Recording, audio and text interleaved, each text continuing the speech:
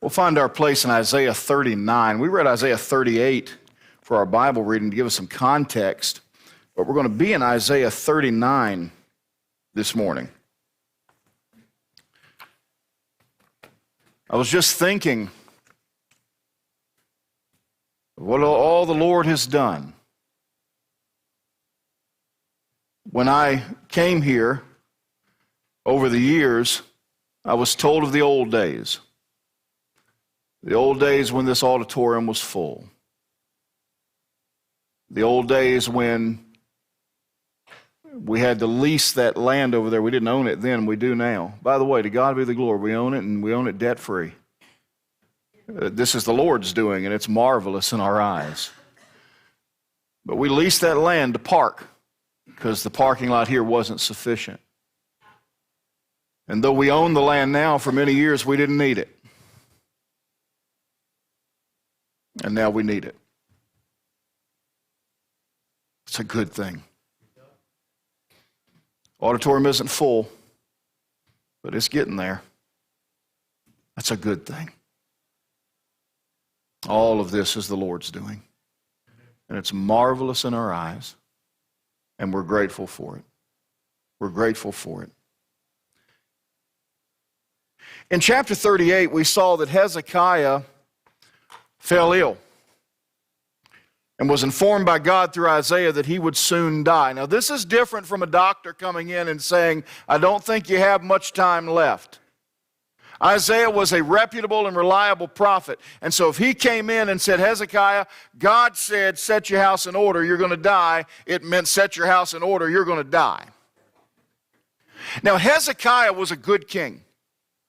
Now, I've heard some people try to make him morally superior to David. I don't see that, and you're going to see why I don't see that in a minute.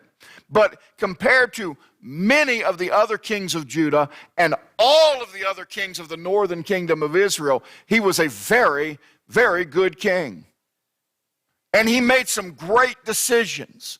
And when you read just ahead of this, you see that he stood up against Sennacherib. And when Sennacherib and the Assyrians had surrounded Jerusalem and all hope was lost, Hezekiah took the letter that Sennacherib sent saying, I'm going to take you out. And he spread it out before the house of the Lord. And he basically said, Lord, this is your problem. You got to do this. We can't do this. And God supernaturally took care of it. Israel never had to fire a shot with an arrow. God took care of it and preserved his people as he promised he would. Even in captivity he did. Sennacherib went home and his own sons killed him. God won, like he always does. And Hezekiah is shown to be a man of great faith. But I'm sorry to report to you that Hezekiah didn't finish well. If I were to condense all of my fears as a pastor and as a man down to one thing, it would be that I don't finish well. Now, if you know me, and if you know me a long time, you know I didn't start that great either. And the middle has been, But I want to finish well. Think about it. Shakespeare wrote this about Julius Caesar when at his funeral speech.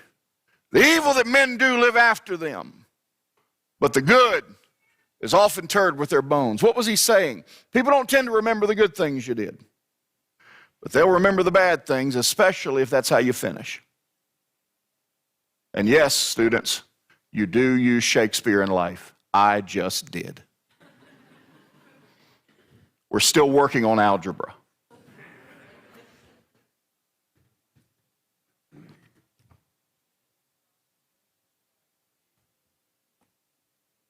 He was about to die. It appears as though, based upon the remedy that they used, he had some kind of an infection that resulted in a boil that was systemic and maybe even sepsis or something like that. And so they prescribed something. It's interesting to me. God said he would live, but he still prescribed something. The Bible never says don't take your medicine, y'all. Okay? Sometimes I run into people like that. Well, I'm just trusting the Lord, and I know I'm dying, but you know what? I'm not going to do anything. Okay, that's between you and the Lord, but I never told you not to take your medicine. Okay? Because Hezekiah, God says he's going to live, but they still apply a remedy. And it appears it was some kind of systemic infection. You're going to die. He cries out to God and he prays. In my opinion, maybe prays a little bit pridefully, but he prays. And aren't you glad God answers imperfect prayers? Because he did. And God gave him another decade and a half. Now that said, I don't know how I would feel about that. I don't know if I knew to the year when I would die how I would feel about that. I kind of like not knowing. Because if I knew, I'd kind of be obsessed with that rather than living life. It's kind of like when I go on vacation. The last 3 days of vacation, I'm obsessed about having to go back. And I don't enjoy the last 3 days, you know? But he knew. And he was given 15 more years. Now, Hezekiah is a cautionary tale to us. It really is. Because we all have something in common with Hezekiah. Now, this is going to sound kind of down in the dumps, but stay with me. Hezekiah was told by Isaiah, this is how much time you have for the rest of your life. Now, we don't know the number of years, or days for that matter, whether it's 15 years, 15 days, 50 years, we don't know. But every one of us right now, just like Hezekiah, are embarking on the rest of our lives. However long that is, from this point on is the rest of our lives. And I want you to be reminded that time is the one commodity we can't replace. You lose all your money, conceivably you can get it back. Even your health, you go into bad health, conceivably you can get that reclaimed. But once time is spent, it's gone. It's gone. You say, well, Hezekiah got 15 more years. That's true, but he didn't get back the years before that. He got 15 added on. And once we spend time, it's gone. And we are right now embarking on the rest of our lives. And we don't know how long that is. For all I know, I hope this isn't the case, but I could get hit by a bus later today, and this is my last day on earth. I don't know. I just know that from here on, I'm living the rest of my life. Now, here's the question. And I've asked it of myself just like I'm going to ask it of you. How will you spend the rest of your life? Hezekiah didn't do great. How will you spend the rest of your life? Isaiah 39, verse 1.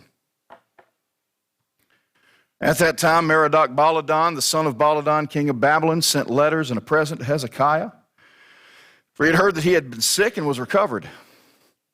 And Hezekiah was glad of them, and showed them the house of his precious things, the silver and the gold and the spices and the precious ointment, all the house of his armor and all that was found in his treasures. There was nothing in his house nor in all his dominion that Hezekiah showed them not. Then came Isaiah the prophet unto King Hezekiah and said unto him, What said these men? And from whence came they unto thee? And Hezekiah said, They are come from a far country unto me, even from Babylon. Then said he, What have they seen in thine house? And Hezekiah answered, All that is in my house have they seen. There's nothing among my treasures that I have not showed them. Then said Isaiah to Hezekiah, Hear a word of the Lord of the hosts. Behold, the days come that all that is in thine house, and that which thy fathers have laid up in store until this day, shall be carried to Babylon. Nothing shall be left, saith the Lord. And of thy sons that shall issue from thee, which thou shalt beget, shall they take away, and they shall be eunuchs in the palace of the king of Babylon. Then said Isaiah to Hezekiah to Isaiah, Good is the word of the Lord which thou hast spoken. He said, Moreover, for there shall be peace and truth in my days. Gracious Father, help us now to glean exactly what you have for us from this message. If there's somebody here that's never trusted Christ, I pray they'd be saved. I pray that Christians would be helped and Jesus would be lifted up. Help me, Lord, to rightly divide your word of truth. Please don't let me get in the way of your will for this hour. In Jesus' name we ask these things. Amen. Hezekiah had 15 years left, the rest of his life. And from what we just read, he didn't spend it very well. And it begs us to ask the question, how are we spending the rest of our lives? Number one, will you spend it on wisdom or pride? Will you spend it on wisdom or pride? Hezekiah's actions with the Babylonian envoys lacked wisdom. Now, I'm going to tell you a little something about myself. You may think me wise, you may think me paranoid. When somebody I don't know comes to my home, I just automatically go on high alert, especially if they're looking over my shoulder trying to see my home behind me. If somebody comes trying to sell something, so yeah, we're offering this, I just assume they're scoping the place out. I had that happen one time, and it was pretty evident to me that they were scoping the place out. Evident. Say, here in Wytheville, Virginia? Yep. Yeah. And they even commented, wow, what a beautiful home you have. I said, yeah, the Lord's been very, very good to us. In fact, I'll tell you one thing that he's been very good to me is I have a pretty sizable gun collection.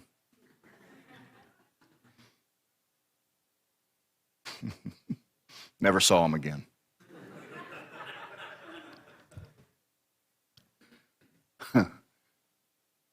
So those watching online that are scoping me out online, I have a sizable gun collection. And somebody's almost always there. My wife can shoot. Anyway.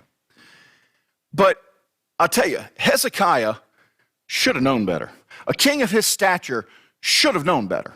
Now, Babylon was not to the level of what we see under Nebuchadnezzar, but they were on the rise. They were still under the thumb of Assyria, but Assyria's on its way out, and Babylon's on its way in, and they are building, and they are building, and they are building, and it won't be long before they are full and clear an empire. And they've heard about Hezekiah. They've heard he was sick, and oh, Hezekiah, we've come to, oh, we're so glad you're feeling better. We brought you this casserole. They were Baptists.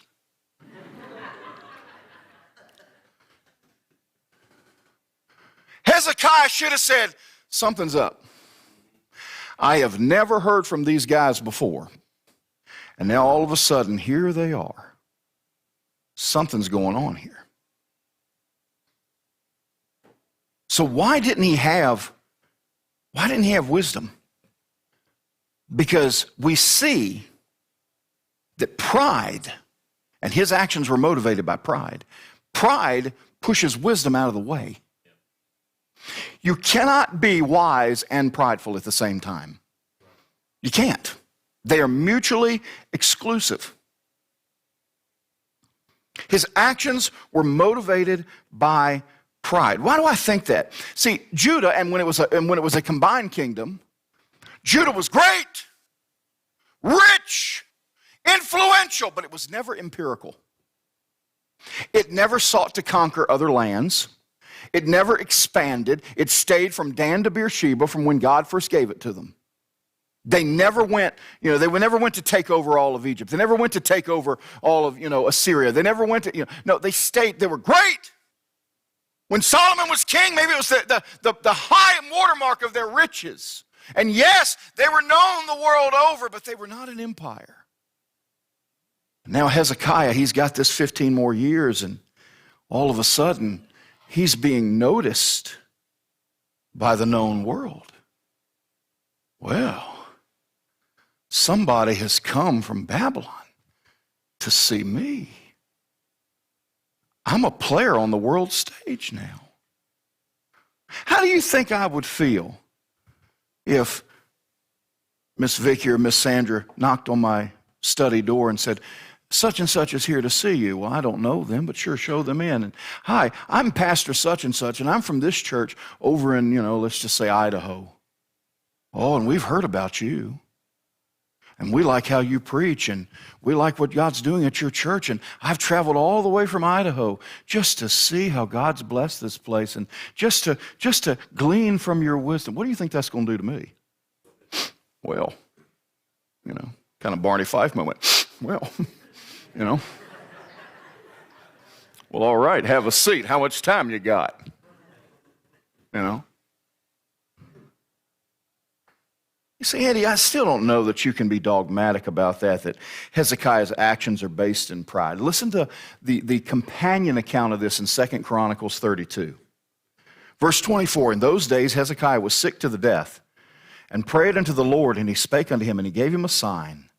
But Hezekiah, verse 25, rendered not again according to the benefit done unto him, for his heart was lifted up.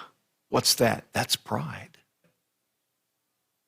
Verse 31, howbeit in the business of the ambassadors of the princes of Babylon, who sent unto him to inquire of the wonder that was done in the land, God left him to try him, that he might know all that was in his heart. This was a pride issue. And when pride comes, wisdom leaves.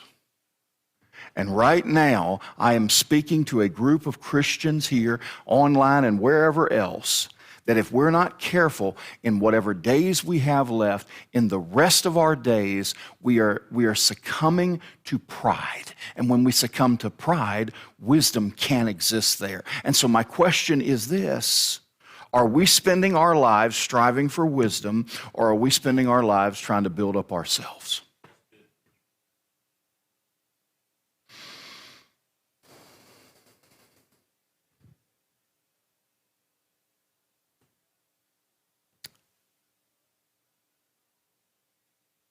Number two, how will you spend the rest of your life? Will you spend it on wisdom, or will you spend it on pride? Will you spend it on godliness, or will you spend it on vanity? You're in the Song of Solomon? Not Song of Solomon, Ecclesiastes. Same writer. Vanity, vanity, all is vanity. Emptiness, nothingness. And there's Christians all over this world that have filled their lives with nothing and have spent way too much time doing it. Here's the thing about Hezekiah. If you go back and you read about him, he had done much to allow for revival in Jerusalem. He restored the temple. He restored temple worship. He cleaned everything out. He removed false altars throughout the kingdom. He reestablished the priesthood. He even went so far as to invite the northern kingdom, Israel, which was adversarial to them. Hey, we'll let you come in and we won't even mess with you. If you want to come and worship on the Passover at the temple, come on in. You're welcome. No king had done that before.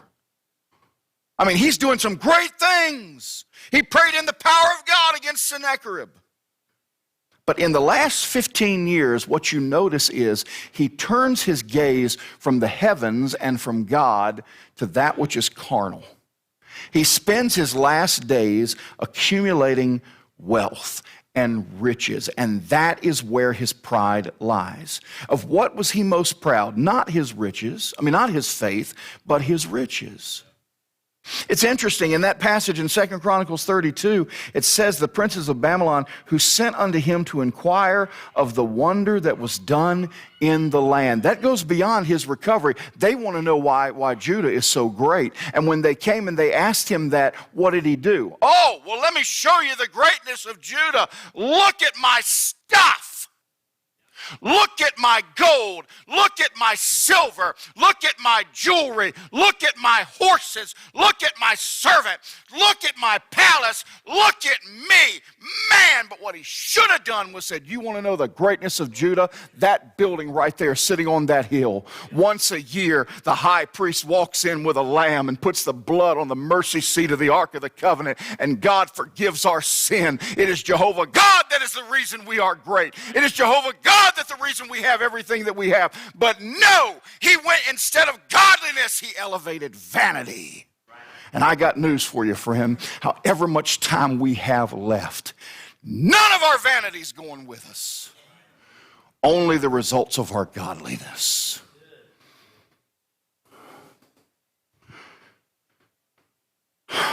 Don't get me wrong. I want to leave my kids some stuff. I got stuff that I want to pass down, and that's not wrong. Maybe it's that pocket knife. Maybe it's that grandpa's shotgun. Maybe it's, for me, my library. The truth is, my kids probably don't want it. But I'd like to think that my daughter's husband, I don't like to think about that part of it, but I would like to think that my daughter's husband might want it in his study if he's a preacher. And no, I'm not actively telling her to marry a preacher. You do it if God makes you. Otherwise, you run away from preacher boys. They're no good. Or maybe my son might want, I don't know. If neither of them want it, then I guess y'all are stuck with it. But the idea of passing my books along, I like that. Jessica will take them. Yeah. But the reality of it is, one day all of that's going to burn up. The inheritance is going to burn up. The house is going to burn up. But what we pass along in our godliness, that sticks for eternity. How are we spending the rest of our lives? Are we spending it on godliness? Or are we spending it on vanity? And I got news for you, friend. Anything apart from God ultimately is vanity. It's just empty. 1 Timothy 6, verse 6, but godliness with contentment is great gain. For we brought nothing into this world, it's certain we can carry nothing out. And having food and raiment, let us therewith be content. But they that will be rich fall into temptation and a snare and into many foolish and hurtful lusts, which drown men in destruction and perdition. For the love of money is the root of all evil, which while some coveted after, they have erred from the faith, and pierced themselves through with many sorrows. But thou, O man of God, flee these things and follow after righteousness, godliness, faith, love, patience, meekness. Fight the good fight of faith. Lay hold on eternal life, whereunto thou art also called, and hast professed a good profession before many witnesses. What is Paul saying to Timothy? Do not waste your time on vanity. Pursue godliness. That's all that really matters. The time that we have left, are you going to spend it on wisdom or pride? Are you going to spend it on godliness or vanity? And then are you going to spend it on self or others? We're back in Isaiah 39.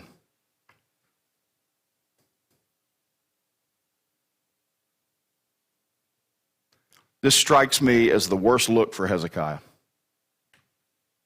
You ever been in a situation and somebody does something, reacts to something or whatever, and you're like, man, that wasn't a good look for them. I've got a few of those. This wasn't a good look. This is not a good look for Hezekiah, especially considering what a godly man he was. Verse 5. Then said Isaiah to Hezekiah, hear the word of the Lord of hosts. Behold, the days come that all that is in thine house and that which thy fathers have laid up in store unto this day shall be carried to Babylon. Nothing shall be left, saith the Lord. And of thy sons that shall issue from thee, which thou shalt beget, shall they take away, they shall be eunuchs in the palace of the king of Babylon. Now, any of us can slip up and choose pride. That's not hard to do. It's our nature, in fact. And any of us can slip up and pursue vanity. That's in our nature. But I got to tell you, what Hezekiah replies in verse number 8, I made up a word just for this. What Hezekiah replied in verse number 8 reveals a special kind of, you ready? Jerkitude. I can't think of anything more jerk-like he could say right here than this. Look at what he says in verse number 8. Then said Hezekiah to Isaiah. Now what was just said to him? All these treasures are going to be taken away, and your kids and your grandkids and their kids are going to be taken away, and they're going to suffer, and they're going to be mutilated, and they're going to be tortured, and all of these things are going to happen. And what does he say? What's the first word that he speaks? Good. Good is the word of the Lord which thou hast spoken. He said, moreover, for there shall be peace and truth in my days. He's told of the coming Babylon invasion. He's told of the suffering that his descendants will experience. And his response is basically this: hey, as long as I don't have to deal with it. Whew. Now you see why I made up that word? What a jerk. I know many of you in here that are grandparents that could not fathom feeling that way about your grandkids. Just so I don't have to deal with it. Fine.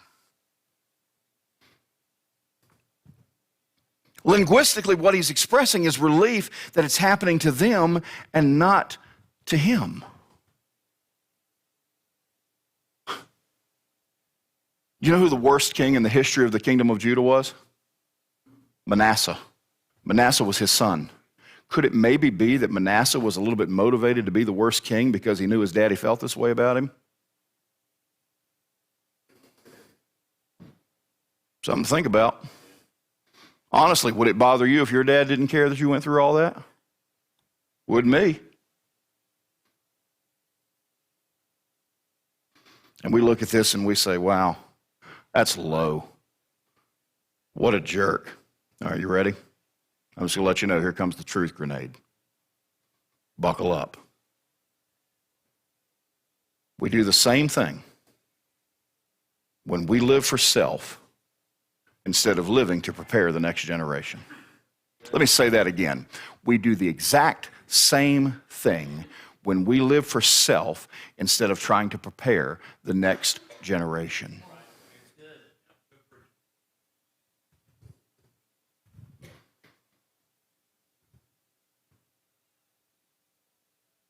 We would never say, I don't care what happens to my kids, to my grandkids, just so I don't have to deal with it. But let me tell you what we will do.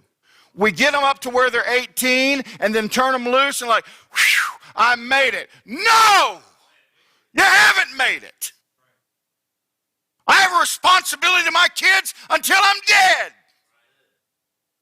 My grandkids until I'm dead, but not just mine, yours. I'm not just pastoring you, and I'm not just pastoring your kids. I'm pastoring kids that aren't here yet. Because what I pour into you is going to determine on what they get from this church in the future. Any pastor that is just trying to run out the clock is not worth his calling. I want to know that Fellowship Baptist Church keeps going strong until Jesus comes back, however long that is. But we get so absorbed in self. And we hear this a lot. Me time. I need my me time. Now, I concede that there are times where it is profitable to get away and recharge. But some parents take that to an extreme, and they abandon their kids to the culture so that they can have what they need. It's godless.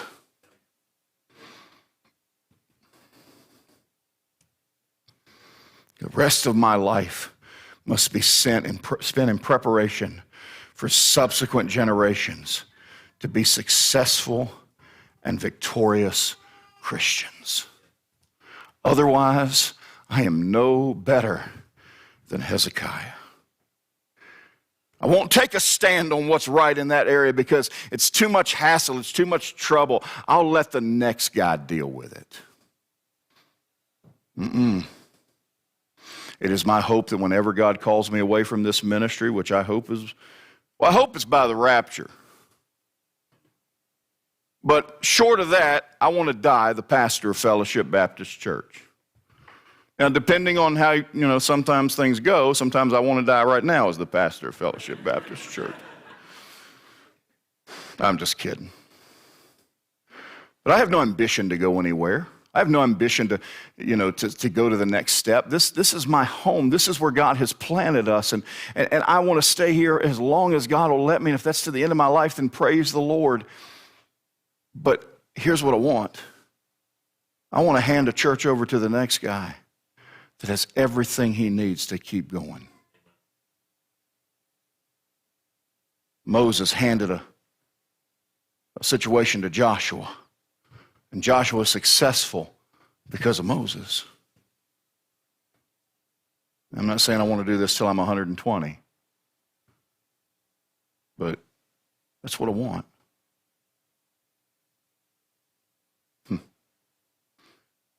These kids in this school, good night. I love them.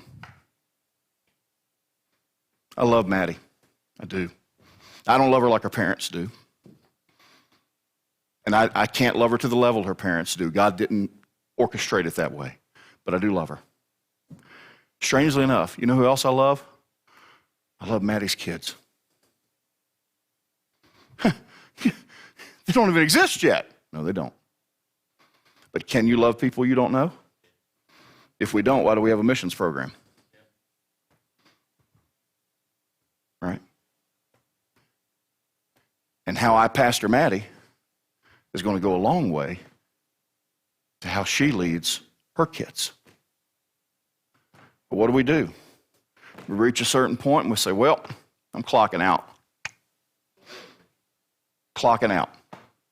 I did my part. And I get that, and I appreciate the labor that people have done over the years, and I get being tired and all of that. But can I tell you something? There's never a time you don't have a part. There's always something you can do to enhance this ministry, but more than that, to lift up the Lord Jesus Christ with your life. We don't clock out.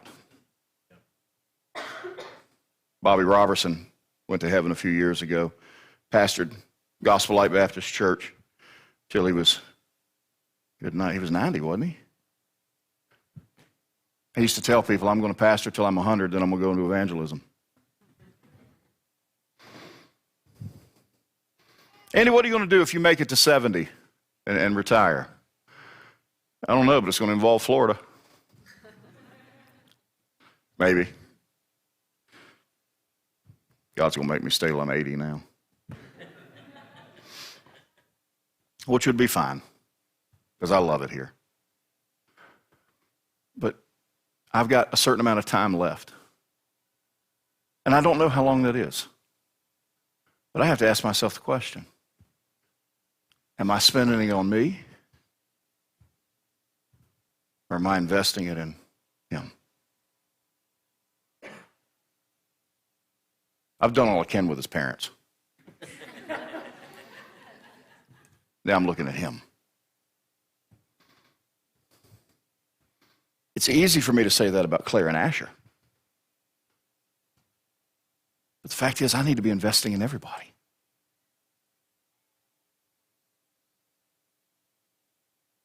If Isaiah were to come to me and say, you're going to make it out okay, but next generation, your church is going to fall apart. You know what my response should be? No. What can I do to change this? What can I do to fix this? What can I take upon myself to keep that from happening? No, God forbid. No. But Hezekiah says, good is the word of the Lord. Whew. Not my department. Hey, friends, if you're a Christian, do you know what your department is? It's souls. Anybody's got a soul as your department. Others.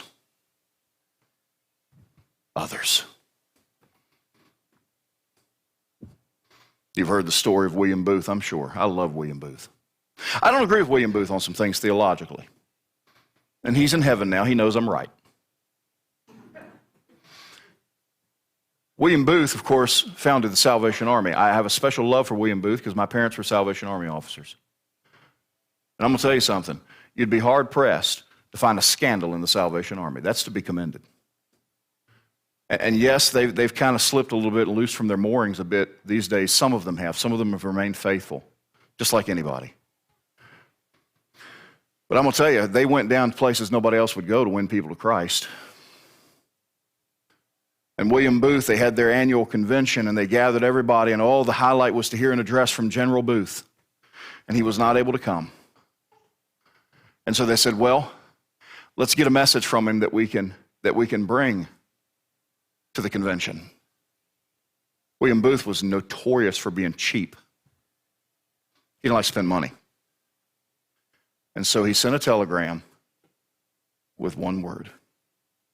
We have a message from General Booth. This is exciting. They opened it up.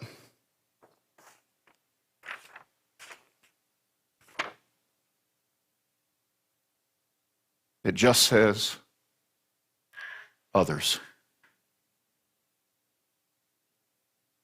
One word. Others.